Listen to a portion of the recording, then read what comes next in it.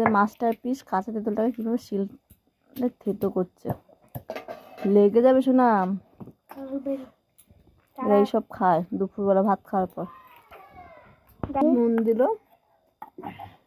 এইটুকুনি বাচ্চা, কত পাকাতো বয়স কত, 8 বছর এইসব শিখে গেছে।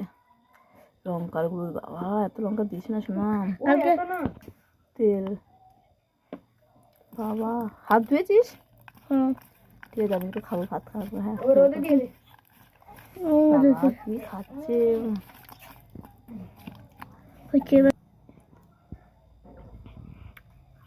কেমন খেতে? ভালো ঝাল ঝাল লাগছে না? তুমি ঝাল। আচ্ছা ঠিক আছে, তুই খাওয়া, আমি খাবো না।